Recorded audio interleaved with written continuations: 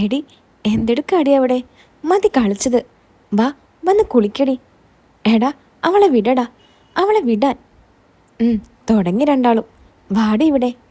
സജിത അകത്തേക്ക് ചെന്ന് മക്കളെ രണ്ടിനെയും പിടിച്ച് രണ്ടെണ്ണം കൊടുത്തു. എത്ര നേരാടി കളി തുടങ്ങിയിട്ട്? നിർത്താറായില്ലേ ഇതുവരെ? വാ, വന്ന് കുളിച്ചേ, എന്നിട്ട് വന്നിരുന്ന് പഠിക്ക്. ഇനി കളിയൊക്കെ പഠിത്തം കഴിഞ്ഞിട്ട് മതി. സജിത മക്കളെ അടിച്ചെങ്കിലും അവർക്കത് വേദനിച്ചില്ല. കാരണം അവരുടെ ഉമ്മ അവരെ ഒരിക്കലും വേദനിപ്പിച്ചിട്ടില്ല, ഇനിയൊരിക്കലും വേദനിപ്പിക്കേയില്ല.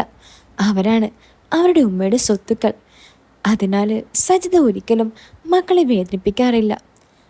മക്കളെ രണ്ടിനെയും അവൾ കുളിമുറിയിലേക്ക് കൊണ്ടുപോയി. എന്നിട്ട് രണ്ടിനെയും കുളിപ്പിച്ച് തുവർത്തി നല്ല രണ്ടുടുപ്പെടുത്തിടിച്ച് അവരെ പഠിക്കാനിരുത്തി. ദേ, രണ്ടുപേരും ഇവിടെ ഇരുന്ന് പഠിച്ചോളണം. ഇനി കളിച്ചാലേ ഞാൻ ചട്ടവും പഠിപ്പിച്ച് വെക്കും, കേട്ടോടാ, പറഞ്ഞേക്കാം.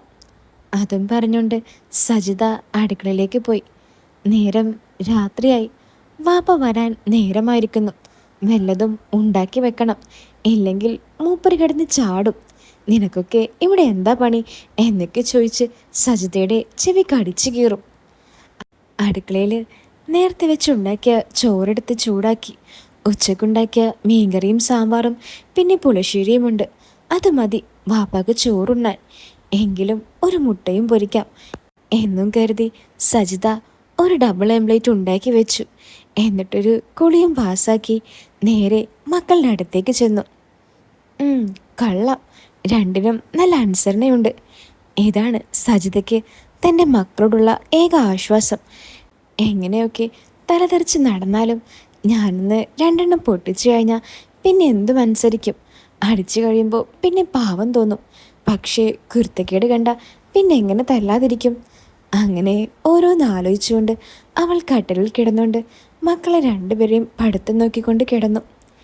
ഇനി സജിതയെ പറ്റിയും അവളുടെ കുടുംബ പശ്ചാത്തലവും ഒന്ന് വിശദീകരിക്കാം.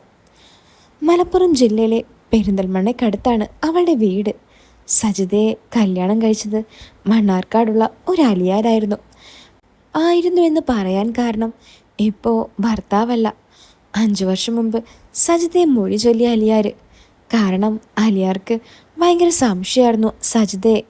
സംശയം വേറെ ആരെയുമല്ല, തൻ്റെ സ്വന്തം ചേട്ടൻ ഉമ്മറെ തന്നെയായിരുന്നു. അതിനൊന്നും അയാൾ സജിതയുടെ വഴക്കിടുമായിരുന്നു. അലിയാർ ഗൾഫിലുള്ളപ്പോഴും അലിയാറുടെ ചേട്ടനുമായി സജിതയ്ക്ക് അടുപ്പമുണ്ടായിരുന്നു എന്നാണ് അയാൾ പറയുന്നത്. പക്ഷേ അവളും വിട്ടുകൊടുത്തില്ല. വാശിയോടെ തന്നെ അവളും നിന്നു. അങ്ങനെ ആ ബന്ധം കൂടുതൽ പോയില്ല. പക്ഷേ ശരിക്കും അലിയാറുടെ ചേട്ടൻ ഉമ്മർ സജിതയെ കൊടുക്കാൻ വന്നിരിക്കുകയാണെന്ന് അവർക്ക് രണ്ടുപേർക്കും അറിയില്ല. അത് കഥയുടെ മറ്റൊരു വശം മാത്രം. പിന്നെ സജിതയും അവളുടെ കുട്ടികളെയും വിളിച്ചുകൊണ്ട് അവളുടെ വീട്ടിലേക്ക് പോന്നു. ഇപ്പോൾ വീട്ടിൽ വന്നിട്ട് 5 വർഷമായി. മക്കളെ ഇവിടുത്തെ സ്കൂളിൽ ചേർത്തു. വീട്ടിൽ വാപ്പ മാത്രമുള്ളൂ. ഉമ്മ സജിതയുടെ കല്യാണത്തിന് മുമ്പേ തന്നെ മരിച്ചു പോയിരുന്നു. മറ്റ് സഹോദരങ്ങൾ ആരും തന്നെ അവിടേക്ക് വരാറില്ല. കാരണം അവർക്കെല്ലാം ഓരോരോ പ്രശ്നങ്ങളാണ്. പിന്നെ എങ്ങനെ വരാനാ? സത്യം പറഞ്ഞാൽ സജിതയുടെ തിരിച്ചുവരവ് അവളുടെ വാപ്പാക്ക് നല്ലൊരു ആശ്വാസമായിരുന്നു. വാപ്പാക്ക് അങ്ങാടിയിൽ ഒരു ചെറിയ കടയുണ്ട്, ഒരു പലചരക്ക് കട. അതുള്ളതുകൊണ്ട് ബുദ്ധിമുട്ടൊന്നും ഇതുവരെ ഉണ്ടായിട്ടില്ല അവർക്ക്. സജിതയ്ക്ക് 2 മക്കളാണുള്ളത്. മൂത്തവളുടെ പേര് നസീറ, ഇളയവൻ്റെ പേര് നാസർ. 2 പേർക്കും ഭയങ്കര കുസൃതി കൂടുതലാണ്. ഇതുവരെ 2 പേരെയും പുറത്തെങ്ങും കളിക്കാൻ വിട്ടിട്ടില്ല.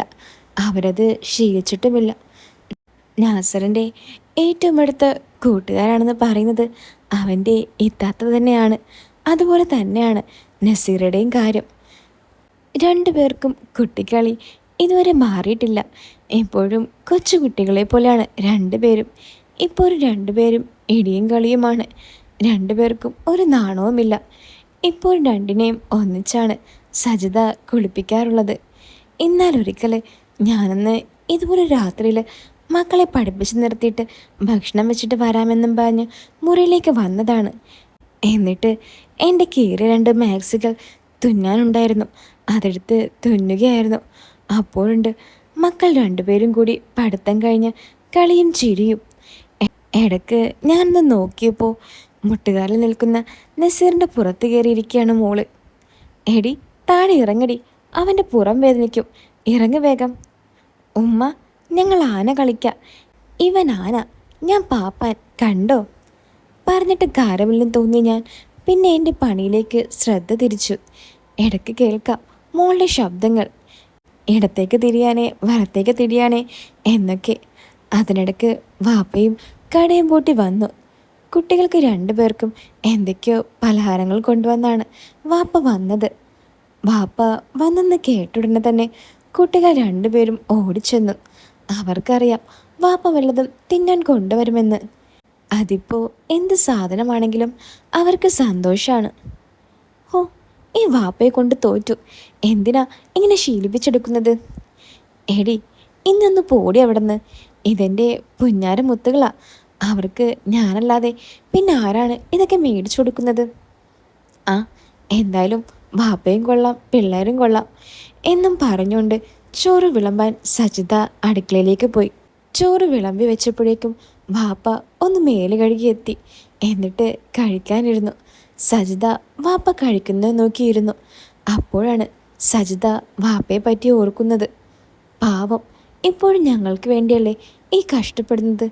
ഇപ്പോൾ പ്രായം 55 വയസ്സെങ്കിലും ആയി കാണും. ഞാൻ ഭർത്താവുമായി പിരിഞ്ഞു വന്നതിൽ മറ്റു സഹോദരങ്ങൾക്കും വലിയ പൊരുത്തക്കേടുണ്ടായിരുന്നു. അതുകൊണ്ടല്ലേ അവരാരും തന്നെ ഇതുവരെ തിരിഞ്ഞു പോലും നോക്കാത്തത്. പ്രായം 55 വയസ്സായെങ്കിലും ഇപ്പോഴും വാപ്പയെ കണ്ടാൽ നല്ല ആരോഗ്യവാനാണ്. എന്തൊരു മസിലാണ് വാപ്പയ്ക്ക്.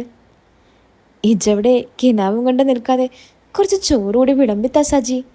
സജിത പെട്ടെന്ന് ചിന്തയിൽ നിന്നും ഉണർന്നു. വാപ്പയ്ക്ക് പിന്നെയും ചോറ് വിളമ്പിക്കൊടുത്തു. അതും കൂടി തിന്നിട്ട് വാപ്പ എഴുന്നേറ്റ് പോയി കൈ കഴുകി. പിന്നെ സജിതയും കഴിച്ചു കഴിഞ്ഞ ശേഷം അകത്തെ മുറിയിലേക്ക് ചെന്നു. അപ്പോൾ വാപ്പ അവിടെ മക്കളുമായി സല്ലപിച്ചിരിക്കുകയാണ്. സജിത ചെന്നപ്പോൾ വാപ്പ എഴുന്നേറ്റു. എന്നിട്ട് പറഞ്ഞു, മോളെ, എങ്കിൽ നിങ്ങൾ കിടന്നോ, ഞാനൊന്ന് ഉറങ്ങാൻ പോവാണ്. പിറ്റേന്ന് രാവിലെ വാപ്പ കടയിൽ പോയി. മക്കൾക്ക് സ്കൂളില്ല. എന്നാൽ അവരവിടെ ഇരുന്ന് കളിക്കാൻ തുടങ്ങി. സജിത രാവിലെ ഉണ്ടാക്കിയ പുട്ടും പഴവും കഴിച്ചിട്ട് ഉച്ചക്കത്തേക്കുള്ളതിൻ്റെ പണിയിൽ കടന്നു. വാപ്പ ഉച്ചയ്ക്ക് ചോറുണ്ണാൻ വരും. പിന്നെ ഒരു 3 മണിയെങ്കിലും ആവാതെ പോകില്ല. വാപ്പ ഉച്ചയ്ക്ക് ഒരു 3 മണിയായപ്പോഴേക്കും വന്ന ഉടനെ തന്നെ ചോറ് ചോദിച്ചു. ഇന്നിത് എന്ത് പറ്റി എന്നാലോചിച്ചുകൊണ്ട് ഞാൻ ചോറ് വിളമ്പിക്കൊടുത്തു. എൻ്റെ എടി, ഇന്ന് ചരക്കിറക്കാനുണ്ടായിരുന്നു ഒരുപാട്. കടയിലെ ചെക്കനെ കൊണ്ട് എന്തു പറ്റും? പിന്നെ ഞാനും കൂടി ശ്രമിച്ച് എല്ലാം തീർത്തു. അതുകൊണ്ട് വല്ലാതെ വിശക്കുന്നുണ്ട്. അതാ വന്ന ഉടനെ തന്നെ നിന്നോട് ചോറ് വിളമ്പാൻ പറഞ്ഞത്. അവൾക്ക് പാവം തോന്നി വാപ്പയോട്. വാപ്പ ചോറുണ്ടതിന് ശേഷം ഒന്ന് പുകയ്ക്കാനായി ഉമ്മറത്തേക്ക് വന്നു. സജിതയും ചോറുണ്ട് മക്കൾക്കും ചോറ് കൊടുത്തു. എന്നിട്ട് ഒന്നുറങ്ങാൻ കിടപ്പുമുറിയിലെത്തി. അപ്പോഴാണ് മക്കൾ രണ്ടുപേരും കൂടി ഓടി വന്നിട്ട് പറയുന്നത്, ഉമ്മ, ഞങ്ങൾ ആനയും പാപ്പാനും കളിക്കട്ടെ? ആ, കളിച്ചോ. ഒരു ശല്യം ഒഴിഞ്ഞല്ലോ എന്ന് കരുതി സജിത പറഞ്ഞു. നാസറും നസീറയും കൂടി ഭയങ്കര സന്തോഷത്തോടെ കട്ടിൽ നിന്നും ചാടി താഴേക്കിറങ്ങി. നാസർ നിലത്തിരുന്നു. നസീറയ്ക്ക് കയറാനായി. നസീറ മുതുകിൽ കയറിയിരുന്നു. ഉടനെ വലത്തെടുക്ക്, ഇടത്തെടുക്ക് എന്നൊക്കെ അവർ പറയാൻ തുടങ്ങി. അങ്ങനെ കുറച്ചു നേരം അവരുടെ ശബ്ദങ്ങൾ കേട്ടിരുന്നു. കുറച്ചു കഴിഞ്ഞ് ഒരൊച്ചയും കേൾക്കാതിരുന്നപ്പോൾ സജിത കട്ടിലിൽ കിടന്നുകൊണ്ട് താഴേക്ക് നോക്കി. അവൾ ശരിക്കും അന്തം വിട്ടിരുന്നു. തൊണ്ടയിലെ വെള്ളമെല്ലാം വറ്റിപ്പോയി. എടി, എന്തെടുക്കാടി, മാറടി അവിടുന്ന്. സജിത ഒരലർച്ചയോടെ കട്ടിലിൽ നിന്നും ചാടി എഴുന്നേറ്റു. സജിതയുടെ അലർച്ച കേട്ട് വാപ്പ ഓടി വന്നു. അപ്പോഴേക്കും സജിത നസീറയെ പിടിച്ച് മാറ്റിയിട്ട് 2 അടി കൊടുത്തു. എടി, എന്ത് പാടി ഇവിടെ? എന്തിനാ നീ അവളെ തല്ലുന്നത് എന്നും ചോദിച്ചുകൊണ്ട് സജിതയുടെ കയ്യിൽ നിന്നും നസീറയെ വാപ്പ പിടിച്ചു മാറ്റി. ഇവളെ ഇന്ന് ഞാൻ. സജിത കൈകൊണ്ട് ഓങ്ങിച്ചെന്നു. എടി, എന്തു പാടി, കാര്യം പറ ആദ്യം. സജിത ഒന്നും പറഞ്ഞില്ല. വാപ്പ നസീറയോട് ചോദിച്ചു, എന്താ മോളെ, എന്തു പറ്റി? എന്തിനാ നിന്നെ ഉമ്മ അടിച്ചത്? അവൾ കരഞ്ഞുകൊണ്ട് പറഞ്ഞു, വല്യുപ്പ, ഞങ്ങൾ കളിച്ചതാ. എന്ത് കളിച്ചത്? അത് വല്യുപ്പ, ഞാനും അവനും കൂടി പശുവും കിടാവും കളിച്ചതാ. ഏ, അതിനിപ്പോൾ എന്താടി? അതിനാണോ നീ മക്കളെ തല്ലിയത്? എടി നിന്നെ ഞാൻ പറയടി, നീ എന്താടി കാണിച്ചത്? സജിത വീണ്ടും ചീറി. അത് വല്യപ്പ, ഞാൻ കിടാവും അവൻ പശുവുമായി കളിച്ചതാ. ഞാൻ കുടിക്കുന്നത് പോലെ ആക്കിയതാ. എന്താക്കി? അയാൾ വീണ്ടും ചോദിച്ചു. അത് വല്യപ്പ, കിടാവിന് വിശന്നപ്പോൾ ഞാൻ കുടിച്ചു നോക്കിയതാ. വാപ്പയുടെ കണ്ണ് തള്ളിപ്പോയി. കൊള്ളാലോ, തൻ്റെ പേരക്കുട്ടികൾ വിളഞ്ഞ വിത്തുകൾ തന്നെ. വാപ്പ സജിതയൊന്ന് നോക്കി. അവളാകെ നാണിച്ച് തല താഴ്ത്തി നിൽക്കാണ്. എന്തു പറയണം, എന്ത് ചെയ്യണമെന്ന് ആർക്കും അറിയാത്ത അവസ്ഥയായിരുന്നു. സജിതയ്ക്ക് വാപ്പയുടെ മുഖത്ത് നോക്കാൻ കഴിഞ്ഞില്ല. വാപ്പയ്ക്ക് എന്ത് പറയണമെന്നും അറിയില്ലായിരുന്നു. പിള്ളേർ രണ്ടാളും കൂടി ഇങ്ങനെ കുരുത്തക്കേടൊപ്പിക്കുമെന്ന് അറിയില്ലായിരുന്നു. നസീറയാണെങ്കിൽ കരഞ്ഞു കലങ്ങി കണ്ണുമായി നിൽക്കുന്നു. നാസറും എന്തോ വലിയ തെറ്റ് ചെയ്ത ഭാവത്തോടെ നിൽക്കുന്നു. വാപ്പ കുട്ടികളുടെ രണ്ടുപേരുടെയും ഭാവം കണ്ടപ്പോൾ പാവം തോന്നി. പാവം, അവർക്കറിയില്ലല്ലോ അവരെന്താണ് കാണിച്ചതെന്ന്. അയാൾ മെല്ലെ സജിതയുടെ നേരെ തിരിഞ്ഞു. എടി സജിതേ, അതിന് നീ എന്തിനാടി കുട്ടികളെ അടിച്ചത്? അത് പിന്നെ അടിക്കണ്ടേ വാപ്പ, അവർ ചെയ്തത് കണ്ടാൽ പിന്നെ തലയിൽ വെച്ച് താലോലിക്കണോ? എടി മോളെ, അതൊന്നും വേണ്ട. എന്നാലും അവരെ തല്ലണ്ടായിരുന്നു, അവർക്ക് വേദനിക്കില്ലേ? അവളെ തന്നെ കൊല്ലണം, സജിത പറഞ്ഞു. മോളെ സജി, മക്കളെ തല്ലുന്നത് അവർക്കറിയില്ല അവർ ചെയ്തത് എന്താണെന്ന്. അപ്പോൾ പിന്നെ അവരെ പറഞ്ഞ് മനസ്സിലാക്കണം എന്നതാണ് നല്ലത്. അല്ലാതെ ഇങ്ങനെ അടിച്ചാലോ? ഓഹ്, എന്നെക്കൊണ്ടൊന്നും വയ്യ ഇതൊന്നും പറഞ്ഞു കൊടുക്കാൻ. ആ, അതിന് നിന്നോട് പറഞ്ഞിട്ട് കാര്യമില്ലല്ലോ, എന്നെ പറയണം അതിനൊക്കെ. സജിത ഒന്നും മിണ്ടാതെ വാപ്പ മെല്ലെ നസീറെ പിടിച്ച് കട്ടിലിരുത്തി. എന്നിട്ട് സജിത എഴുന്നേറ്റ് മാറിക്കൊടുത്തു. വാപ്പ നസീറെ അടുത്ത് വിളിച്ച് നിർത്തിക്കൊണ്ട് മെല്ലെ ചോദിച്ചു, എന്തിനാ മോളെ അങ്ങനെ ചെയ്തേ? അത് വല്യപ്പ, ഞങ്ങളെപ്പോഴും ഇങ്ങനെ കളിക്കാറുണ്ട്, അതുകൊണ്ടാ അങ്ങനെ കളിച്ചത്. എങ്ങനെ കളിക്കുന്നത്? നസീറയ്ക്ക് പാതി ജീവൻ വീണു. അവൾ അതെല്ലാം വിവരിക്കാൻ തുടങ്ങി. ഇന്നാളൊരിക്കൽ ഞങ്ങൾ കളിച്ചുകൊണ്ടിരുന്നപ്പോൾ ഇവൻ പറഞ്ഞു നമുക്ക് പശുവും കിടാവും കളിക്കാമെന്ന്. ആഹാ, എന്നിട്ട് അവൻ പശു നിൽക്കുന്ന പോലെ നിന്നു. ഞാൻ കിടാവായി അവൻ്റെ കൂടെയും. എന്നിട്ട് കിടാവ് കുടിക്കില്ലേ എന്നൊക്കെ ചോദിച്ച് ഞാനും പശുവാണെന്ന് വിചാരിച്ച് കുടിച്ചു. എന്നിട്ട് നിനക്ക് വല്ലതും കിട്ടിയോ? ഏയ് ഇല്ല വല്യപ്പ, പക്ഷേ നല്ല രസമുണ്ടായിരുന്നു, എനിക്ക് ഒരുപാട് ഇഷ്ടപ്പെട്ടു. എന്നിട്ട് എന്നിട്ട് പിന്നെ ഞങ്ങൾ ഉമ്മയും മോനും കളിക്കും. അപ്പോഴോ? അപ്പോൾ ഞാൻ ഉമ്മയും അവന് മോനായിരിക്കും. അപ്പോൾ നാസർ എന്ത് ചെയ്യും?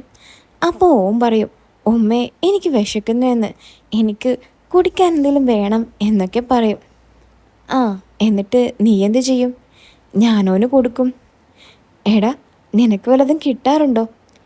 ഏയ് ഇല്ല വല്യപ്പ, ഇതാണ് ഞങ്ങൾ കളിച്ചത്, അതിനാണ് ഉമ്മ ഞങ്ങളെ അടിച്ചത്. ആ പോട്ടേടാ, ഇനി ഉമ്മ നിങ്ങളെ തല്ലൂല. ആട്ടെ, എന്നു മുതലാ നിങ്ങളീ കളി തുടങ്ങിയത്?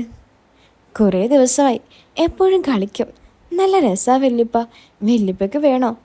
അയാളുടെ കണ്ണ് തള്ളിപ്പോയി. ഏയ് എനിക്ക് വേണ്ട മോളെ, നീ തന്നെ തിന്നാ മതി. ഹാ, ഈ വാപ്പാക്ക് ഇതെന്തിൻ്റെ കേടാ? ഇങ്ങനെയൊക്കെയാണോ കുട്ടികളെ പഠിപ്പിക്കുന്നത്? എടി, അവർ ചെയ്തതെന്താണെന്ന് അവർക്കറിയില്ല. അതവരെ പറഞ്ഞ് മനസ്സിലാക്കാതെ അവരെ അടിച്ചതുകൊണ്ട് എന്തുപകാരം? വല്യുപ്പ ഉമ്മയുടെ നേരെ തങ്ങൾക്ക് വേണ്ടി വാദിക്കുന്നത് കണ്ട് നസീറിനും നാസറയ്ക്കും ആശ്വാസമായി. എടി നസീറ, നിങ്ങൾ പോയി കളിച്ചോ കേട്ടോ. ഇനി ഉമ്മ നിങ്ങളെ തല്ലാമെന്ന എന്നോട് പറ. വാപ്പയുടെ മനസ്സ് വാത്സല്യം കൊണ്ട് നിറഞ്ഞു. അതിലുപരി അവരെ തല്ലിയെന്ന് മനം നൊന്തു. ശരി വല്യുപ്പ എന്നും പറഞ്ഞുകൊണ്ട് രണ്ടുപേരും കൂടി വാപ്പയെ കെട്ടിപ്പിടിച്ചു. പിന്നെ നിങ്ങൾക്കിങ്ങനെ കളിക്കണമെന്ന് തോന്നിയാൽ കളിച്ചോ, ആരുമൊന്നും പറയില്ല. പക്ഷേ വേറെ ആരോടും പറയരുത് കേട്ടോ. ഏയ് ഇല്ല വല്യപ്പ. അവ രണ്ടുപേരും കൂടി വാപ്പാൻ്റെ രണ്ട് കവളത്തും ഒരു ഉമ്മ കൊടുത്തു. വല്യപ്പ, ഞാനൊരു കാര്യം പറയട്ടെ? ആ പറഞ്ഞോടി. അതിന് വല്യപ്പ സമ്മതിക്കോ? നീ പറയണ്ട നസീറ. വല്യപ്പ, എനിക്ക് ഇനിയും വേണം, നല്ല രസ. വാപ്പാക്ക് എന്ത് പറയണമെന്നറിയില്ലായിരുന്നു. അയാളുടെ തല കറങ്ങി. ഏ ഈ കുട്ടികൾ ഇതെന്തൊക്കെയാ പറയുന്നത്? ഇതിപ്പോൾ വലിയ പൊല്ലാപ്പായല്ലോ. വല്യപ്പ, ഞങ്ങൾ പോട്ടെ. വാപ്പ സജിതയെ നോക്കി. അവളാകെ വല്ലാത്ത അവസ്ഥയിലായിരുന്നു. അയാൾ ഇനി എന്തു ചെയ്യുമെന്നറിയാതെ കുഴഞ്ഞു. താൻ കുഴിച്ച കുഴിയിൽ താൻ തന്നെ വീണല്ലോ എന്നയാൾ ഓർത്തു. വല്യപ്പ, പറ വല്യപ്പ. വാപ്പ പിന്നെയും സജിതയെ നോക്കി. ഒന്ന് സഹായിക്കടി മോളെ എന്നൊരു ധ്വനി ആ കണ്ണുകളിൽ ഉണ്ടായിരുന്നു. പക്ഷേ സജിത തല തിരിച്ചു നിന്നു. വാപ്പാക്ക് പിന്നെ ഒന്നും പറയാൻ കഴിഞ്ഞില്ല. അയാൾ നസീറയോട് തളർന്ന കണ്ണുകളോടെ തലയാട്ടി. വല്യപ്പൻ്റെ സമ്മതം കിട്ടിയപ്പോൾ നസീറ പിന്നെ ഒന്നും നോക്കിയില്ല. പിന്നെ ആരെ പേടിക്കാനാണ്? അവൾ പെട്ടെന്ന് തന്നെ അടുത്ത് നിന്നിരുന്ന നസീറിൻ്റെ അടുത്ത് നിന്ന് അവർ വീണ്ടും ആരംഭിച്ചു. പോക്കറിന് അങ്ങോട്ട് നോക്കാതിരിക്കാൻ കഴിഞ്ഞില്ല. അയാൾ കണ്ണിമ വിട്ടാതെ അത് നോക്കിയിരുന്നു. പക്ഷെ അവർക്ക് രണ്ടുപേർക്കും വേറൊന്നും നോക്കണ്ടായിരുന്നു. അവർ അവരുടേതായ ലോകത്തായിരുന്നു. പോക്കർക്ക് കൊച്ചുകുട്ടികളുടെ ആ കളി കണ്ടപ്പോൾ പഴയ കാര്യങ്ങളൊക്കെ ഓർമ്മ വന്നു. അയാൾക്ക് വല്ലാത്തൊരു മനപ്രയാസം തോന്നി. തൻ്റെ കുഞ്ഞിപ്പാത്തു ഇന്ന് ജീവിച്ചിരിക്കുന്നുണ്ടെങ്കിൽ എന്നയാൾ കൊതിയോടെ ഓർത്തു. അയാളുടെ തലസ്ഥാനത്ത് മെല്ലെ ഒരനക്കം തോന്നി. അത് മറ്റാരും കാണാതിരിക്കാനായി അയാൾ കഷ്ടപ്പെട്ടു. പക്ഷേ ഇതൊന്നും നാസറും നസീറയും അറിയുന്നുണ്ടായിരുന്നില്ല. ഇതേ അവസ്ഥ തന്നെയായിരുന്നു സജിതയുടെയും. അവൾക്ക് മക്കളുടെ ഭാഗത്ത് ഒന്നും നോക്കാതിരിക്കാനായില്ല. സജിതയ്ക്ക് തൻ്റെ ഭർത്താവിൻ്റെ ഇക്കയെയും മനസ്സിൽ ഓർമ്മ വന്നു. ഓ, എന്തൊരു നാളുകളായിരുന്നു അന്നൊക്കെ. ഒരിക്കൽ ഭർത്താവ് ദുബായിൽ നിന്നും വിളിച്ചപ്പോൾ എൻ്റെ കൂടെ ഉമ്മറയ്ക്കായിരുന്നു. ഫോണിൽ സംസാരിച്ചുകൊണ്ട് തന്നെ ഞാനെല്ലാം നടത്തി കൊടുത്തിട്ടുമുണ്ട്. അതൊക്കെ അന്ധകാലം. പക്ഷേ ഇപ്പോൾ ഒരു 5 വർഷമായിട്ട് ഒരു കോപ്പും കിട്ടിയിട്ടില്ല. എത്ര കാലമായിട്ടാണ് ഞാനെല്ലാം സ്വയം ഒതുക്കുന്നു. ഇതെല്ലാം കണ്ട് സഹിക്കാതെ വന്നപ്പോൾ അവൾ അവിടെ നിന്ന് ഓടിപ്പോയി. സജിത അവിടെ നിന്ന് ഓടിപ്പോയപ്പോൾ പോക്കരാകെ പേടിച്ചു. അയ്യോ, ഓളിനെ എന്തിൻ്റെ പുറപ്പാടാ? കുട്ടികൾ ഇങ്ങനെ ചെയ്തത് അവളെ വിഷമിച്ച് കാണും. ഇനി അവൾ എന്തെങ്കിലും കടുങ്കൈ ചെയ്യുമോ ആവോ? ആ പാവം വാപ്പ വല്ലാതെ വിഷമിച്ചു. എല്ലാത്തിനും താനാണ് കാരണം. താൻ കാരണമല്ലേ കുട്ടികൾ പിന്നെയും ഇങ്ങനെ ചെയ്തത്, അതും സ്വന്തം ഉമ്മാൻ്റെ മുന്നിൽ വെച്ച്. അയാൾ കുട്ടികളെ തളർന്ന കണ്ണുകളോടെ നോക്കി. അവർ രണ്ടാളും ഇതൊന്നും അറിയുന്നുണ്ടായിരുന്നില്ല. അവരപ്പോഴും അതിൽ രസിക്കുകയായിരുന്നു. അയാൾക്ക് കുട്ടികളോടും വല്ലാത്ത ദേഷ്യം തോന്നി.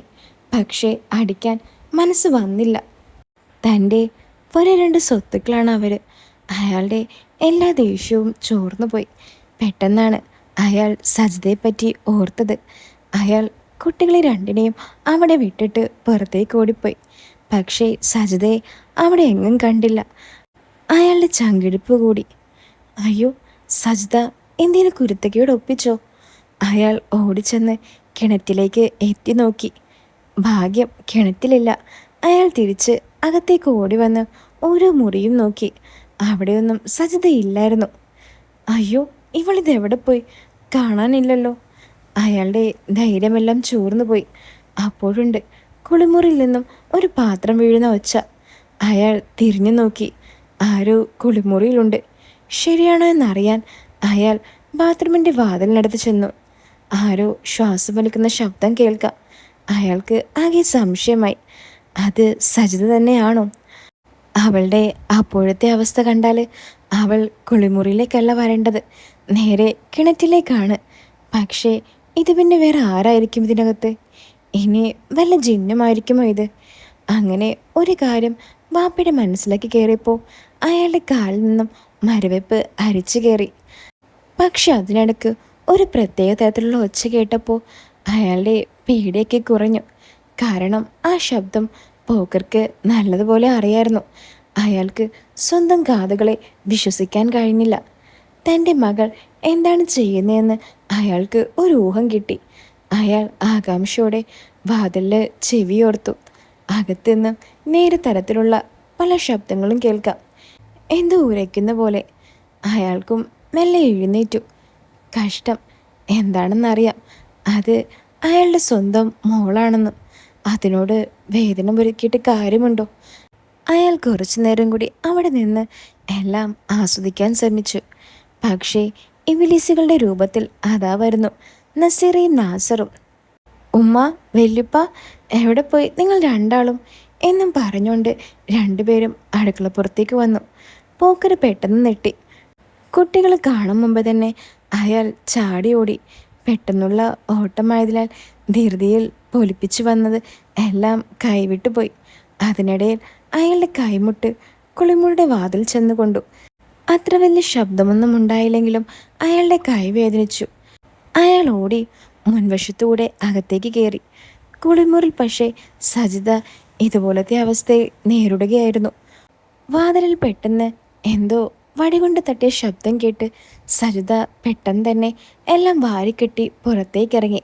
അപ്പോഴേക്കും നസീറയും നാസറും അവിടെ എത്തി. ആ, ഉമ്മ കുളിമുറിയിലായിരുന്നോ? അതിന് പക്ഷേ അവൾ മറുപടി പറഞ്ഞില്ല. അവൾ ചുറ്റുപാടും ഒന്ന് നോക്കി. എന്തായിരിക്കും വാതിലിൽ വന്ന് മുട്ടിയത്?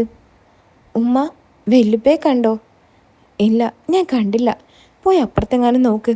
സജിത അത് പറഞ്ഞെങ്കിലും പെട്ടെന്ന് അവൾക്ക് തലയിൽ ഒരു ബൾബ് മിന്നി. ഇനി വാപ്പയായിരിക്കുമോ? അതോ വേറെ ആരെങ്കിലും ആയിരിക്കുമോ? അവൾ മുന്നിലേക്ക് വെറുതെ നോക്കി. അപ്പോഴുണ്ട് ആരോ അവിടേക്ക് അങ്ങോട്ടും ഇങ്ങോട്ടും നടന്നതിൻ്റെ ഒരു കാൽപ്പാട്. അവൾ ഒന്നുകൂടി സൂക്ഷിച്ചു നോക്കിയപ്പോൾ വേറൊന്നുകൂടി കണ്ടു. അത് കണ്ടപ്പോൾ തന്നെ അവൾക്ക് തീർച്ചയായി അവിടെ ആരോ ഒരാളുണ്ടെന്ന്. അയാൾ പണി പറ്റിച്ചുവെന്നും അവൾക്ക് മനസ്സിലായി. അതിനർത്ഥം അയാളെല്ലാം കണ്ടിരിക്കുന്നു. ആരായിരിക്കും? വാപ്പയായിരിക്കുമോ? ചിന്തിച്ച് തല പുണ്ണാവുന്നത് പോലെ സജിതയ്ക്ക് തോന്നി. പൂർത്തിയാക്കാൻ പറ്റാത്ത ഒരു പ്രൊജക്റ്റ് ഒരു വശത്ത്, അത് ആരാണെന്നറിയാതെ പേടി വേറൊരു വശത്ത്. സജിതയ്ക്ക് എന്ത് ചെയ്യണമെന്ന് അറിയില്ലായിരുന്നു. കുട്ടികൾ വന്ന് എന്തൊക്കെ ചോദിക്കുന്നുണ്ട്, പക്ഷേ അതൊന്നും അവളുടെ മനസ്സിലേക്ക് വന്നില്ല.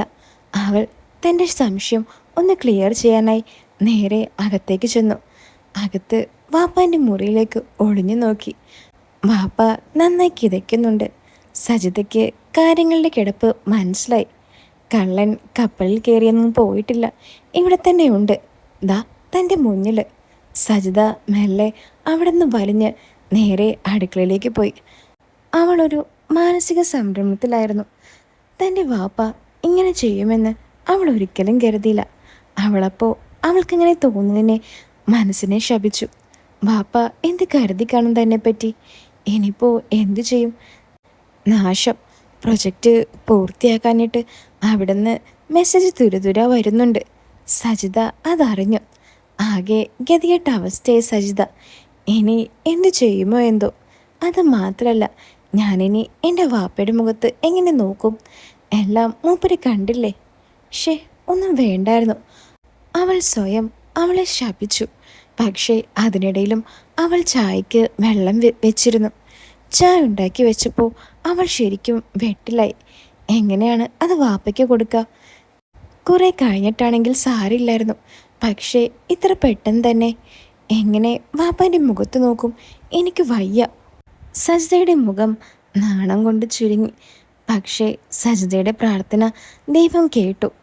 അവള് പെണ്ണ് കാണാൻ വന്ന ചെറുക്കന് ചായ കൊടുക്കുന്ന പോലെ കുണുങ്ങി ചെന്നപ്പോഴുണ്ട് ബാപ്പ കടലിലേക്ക് ഇറങ്ങാൻ വാതിലിനടുത്തെത്തി. സജിതയുടെ മുഖത്ത് നോക്കാതെ അയാൾ പോവാണെന്ന് പറഞ്ഞു. മോളെ, ഞാൻ കടയിലേക്ക് പോവാണ്. വാപ്പ, ദാ ചായ എന്ന് പറയാനായി സജിത വന്നെങ്കിലും അവളുടെ തൊണ്ടക്കുഴിയിൽ നിന്നും ആ ശബ്ദം പുറത്തു വന്നില്ല. അയാൾ തിരിഞ്ഞു നോക്കാതെ അവിടെ നിന്ന് പോയി. വാപ്പ ചായ കുടിക്കാതെ പോയത് മറ്റൊരവസ്ഥയിലായിരുന്നെങ്കിൽ അവൾ വാപ്പയെ പിടിച്ചിരുത്തി കുടിപ്പിച്ചിട്ടേ വിടൂ. പക്ഷേ വാപ്പ അങ്ങനെ തന്നെ ഇറങ്ങിപ്പോയപ്പോൾ ഒരു തരത്തിൽ പറഞ്ഞാൽ അവൾക്ക് വലിയൊരു ആശ്വാസമായിരുന്നു. ഇനി രാത്രി 9 മണിവരെ വാപ്പയെ കാണണ്ടല്ലോ. സജിത അടുക്കളയിൽ നിന്നും ഉമ്മറത്തേക്ക് വന്ന് വാതിലടച്ചു. എന്നിട്ട് അകത്തേക്ക് ചെന്ന് കട്ടിലിൽ കിടന്നു. ആകെ ഒരങ്കാളിപ്പ്. എന്ത് ചെയ്യണമെന്നറിയില്ല. എങ്ങനെയാണ് വൈകിട്ട് വാപ്പയെ കാണും? അതിനെപ്പറ്റി അവൾ ആലോചിച്ചുകൊണ്ട് കിടന്നു. ഒന്നും വേണ്ടായിരുന്നു. എത്ര കാലമായിട്ട് താൻ ഒളിച്ചു വെച്ചിരുന്ന തൻ്റെ രഹസ്യം എന്നിതാ വാപ്പ കണ്ടുപിടിച്ചിരിക്കുന്നു. എന്തു ചെയ്യാം? എത്ര കാലമായി വ്രതം നടന്നിട്ട്? എത്ര കാലമായിട്ടാ താനിത് അടക്കി ഒതുക്കി കഴിയുന്നത്?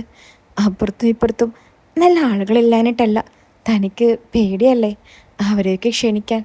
ഭർത്താവില്ലാത്ത സ്ത്രീകളെ എല്ലാ രീതിയിലും സഹായിക്കാൻ ഒരു 100 പേരെങ്കിലും കാണും. പക്ഷേ തനിക്കതിന് വയ്യ. മക്കളുടെ ഭാവി ഓർത്തിട്ടാണ്. അവർ വളർന്നു വരുമ്പോൾ തങ്ങളുടെ ഉമ്മ ഒരു മോശമാണെന്ന് ആരെങ്കിലും പറഞ്ഞാലോ? അതവർക്ക് ഇഷ്ടപ്പെടുമോ? പക്ഷേ എന്തായാലും താൻ ചെയ്തത് അത്ര വലിയ തെറ്റാണെന്നൊന്നും തനിക്ക് തോന്നുന്നില്ല. അത്രയ്ക്കൊന്നും എനിക്ക് പ്രായമായിട്ടില്ലല്ലോ. ഇപ്പോഴും ആരും ഒന്ന് നോക്കും തന്നെ കണ്ടാൽ. പിന്നെ താൻ എന്തിനു പേടിക്കണം? എന്തായാലും താൻ ഒറ്റയ്ക്കല്ലേ, വേറെ ആരും കൂടെ ഉണ്ടായിരുന്നില്ലല്ലോ. പിന്നെ എന്താ, പിന്നെ എന്തിനാ താൻ ഇത്ര വിഷമിക്കുന്നത്? എന്നാലും വാപ്പയെല്ലാം ഇനി എന്ത് ചെയ്യും? എവിടെയും എത്താതെ സജിതയുടെ മനസ്സ് കിടന്ന് വലഞ്ഞു. അവൾ അടുക്കളയിൽ പോയി ഒരു കട്ടൻ കൂടി ഉണ്ടാക്കി കുടിച്ചു. ആകെ ഒരു പരവേശം. വൈകിട്ട് വാപ്പ എങ്ങനെ കാണും എന്നതായിരുന്നു അവളുടെ പേടി. എന്തായാലും മനസ്സിൽ ടെൻഷൻ കയറ്റി വെച്ചിട്ട് കാര്യമില്ല. ഒന്ന് ഫ്രഷ് ആയാലോ? ചിലപ്പോൾ തലയും മനസ്സും തണുക്കുമ്പോൾ വല്ല വഴിയും തെളിഞ്ഞ് വന്നേക്കും. സജിത തലയിൽ എണ്ണ തേച്ച് തോർത്തെടുത്തുകൊണ്ട് കുളിമുറിയിലേക്ക് ചെന്നു. നോക്കരുതെന്ന് മനസ്സിൽ ഉറപ്പിച്ചെങ്കിലും അവൾ നിലത്ത് കിടന്ന് അത് നോക്കി. അവൾക്കത് നോക്കാതിരിക്കാൻ കഴിഞ്ഞില്ല. എത്ര നോക്കിയിട്ടും അവൾക്കതിൽ നിന്നും കണ്ണെടുക്കാൻ കഴിഞ്ഞില്ല. അലിയാരിക്കയുടെയും മൂപ്പരുടെ ചേട്ടൻ്റെയും ഒരു തുള്ളി പോലും താൻ പാഴാക്കിയിട്ടില്ല. അതിന് താൻ സമ്മതിച്ചിട്ടില്ല ഒരിക്കലും. വെറുതെ പാഴാക്കി കളയുന്നത് സജിതയ്ക്ക് ഒട്ടും ഇഷ്ടമല്ല. ആ വീണ് കിടക്കുന്നതിൽ നോക്കി നിന്നപ്പോൾ സജിതയുടെ മനസ്സ് മുഴുവൻ നൊസ്റ്റാൾജിയിലേക്ക് പോയിരുന്നു. എന്തൊരു നാളായിരുന്നു അന്നൊക്കെ. പാവം, ഇപ്പോൾ എന്നെയൊക്കെ ഓർമ്മയുണ്ടോ ആവോ? പാവം വാപ്പ. എത്ര കാലമായി കാണും വാപ്പയ്ക്ക് ആരുമില്ലാതെ. ഷോ, ഇതൊക്കെ വെറുതെ പാഴായി പോയല്ലോ. അങ്ങനെ ഓരോന്നോർത്ത് സജിത അകത്ത് കയറി. എല്ലാം കഴിഞ്ഞ് സജിത പുറത്തിറങ്ങി. അപ്പോൾ അകത്ത് മക്കളുടെ 2 പേരുടെയും കരച്ചിൽ കേൾക്കാം. രണ്ടും കൂടി വഴക്കടിച്ച് കാണും. 2 പേരും അങ്ങോട്ടും ഇങ്ങോട്ടും ഉപദ്രവിച്ച് കാണും. അതാണ് രണ്ടും കൂടി കരയുന്നത്. സജിത അകത്തേക്ക് കയറി ചെന്ന് 2 പേരും വഴക്ക് പറഞ്ഞ് പഠിക്കാനിരുത്തി. എന്നിട്ടവൾ അടുക്കളയിൽ ചെന്ന് വൈകിട്ടത്തേക്കുള്ളത് ഉണ്ടാക്കി. രാത്രി മാപ്പ് വന്നപ്പോൾ അവളുടെ മനസ്സ് ഭയം കൊണ്ട് വിറയ്ക്കുന്നുണ്ടായിരുന്നു. പക്ഷേ അവൾ വിചാരിച്ചതുപോലെ അയാൾ ഒന്നും ചോദിച്ചതുമില്ല, പറഞ്ഞതുമില്ല. എങ്ങനെ ചോദിക്കാൻ പറ്റും? അയാളുടെ മനസ്സിൽ അതിനേക്കാൾ വലിയ പൊട്ടിത്തെറിയായിരുന്നു. കട പൂട്ടി വരുമ്പോഴും എങ്ങനെയാണ് മകളുടെ മുന്നിൽ ചെല്ലുക എന്ന അവസ്ഥയിലായിരുന്നു അയാൾ. അയാൾ കുട്ടികളെ 2 പേരെയും നോക്കി. നാശം, ഇവർ വന്നതുകൊണ്ടല്ലേ ഒന്ന് നടക്കാനത്. എന്നിട്ടിപ്പോൾ ഇരിക്കുന്നത് കണ്ടില്ലേ? അയാൾ പെട്ടെന്ന് കഴിച്ചെന്ന് വരുത്തി എഴുന്നേറ്റ് കൈ കഴുകി മുറിയിൽ ചെന്ന് ഒന്ന് കിടന്നു. അയാളുടെ മനസ്സിൽ പലതും മാറി മറിയുന്നു. തൻ്റെ മകളുടെ മനസ്സ് മനസ്സിലാക്കാൻ തനിക്കിതുവരെ കഴിഞ്ഞില്ലല്ലോ. കഷ്ടം. അങ്ങനെ ഓരോന്ന് ആലോചിച്ച് അയാൾ ഉറക്കത്തിലേക്ക് വീണു. പിറ്റേന്ന് രാവിലെ പോക്കർ കാപ്പി കുടിയും കഴിഞ്ഞ് കടയിലേക്ക് പോയി. സജിത മക്കളെ സ്കൂളിലേക്ക് അയച്ചു. അതിനുശേഷം അവൾ ഉച്ചത്തേക്ക് ചോറും കറിയും വെക്കാൻ തുടങ്ങി. സജിത ഓരോന്ന് ചെയ്യുമ്പോഴും അവളുടെ മനസ്സിൽ നിലത്ത് കണ്ട ആ കാഴ്ചയായിരുന്നു. രാവിലെ ചെന്ന് നോക്കിയപ്പോൾ അതിൽ മുഴുവൻ ഉറുമ്പ് നിറഞ്ഞിരിക്കുന്നു. വാപ്പയെ അഭിമുഖീകരിച്ചതിന് ശേഷം അവൾക്കൊരു പേടിയും തോന്നിയില്ല. ഇനി എന്ത് പേടിക്കാനാണ്? വാപ്പ ഒന്നും പറഞ്ഞില്ലല്ലോ.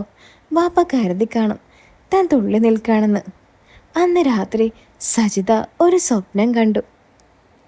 അപ്പോൾ ഇതിൻ്റെ ബാക്കി ഇനി ഇവിടെ എന്താ സംഭവിക്കുന്നതെന്നറിയാൻ നിങ്ങൾക്ക് ആഗ്രഹമുണ്ടോ? ഉണ്ടെങ്കിൽ അടിയിൽ കമൻറ്റ് ബോക്സിൽ ഞാനൊരു ലിങ്ക് കൊടുത്തിട്ടുണ്ട്. അതിൽ കയറി എനിക്കൊരു മെസ്സേജ് അയച്ചാൽ മതി കേട്ടോ. അപ്പോൾ അതിൻ്റെ ഡീറ്റെയിൽസൊക്കെ ഞാൻ പറഞ്ഞു തരാം. അപ്പോൾ വീഡിയോ ഇഷ്ടപ്പെട്ടാൽ വീഡിയോ ഒന്ന് ലൈക്ക് ചെയ്യാനും ചാനൽ ഒന്ന് സബ്സ്ക്രൈബ് ചെയ്യാനും മറക്കല്ലേ. അപ്പോൾ പുതിയൊരു കഥയായിട്ട് നമുക്ക് വീണ്ടും കാണാം. എല്ലാവരും കാത്തിരിക്കുക.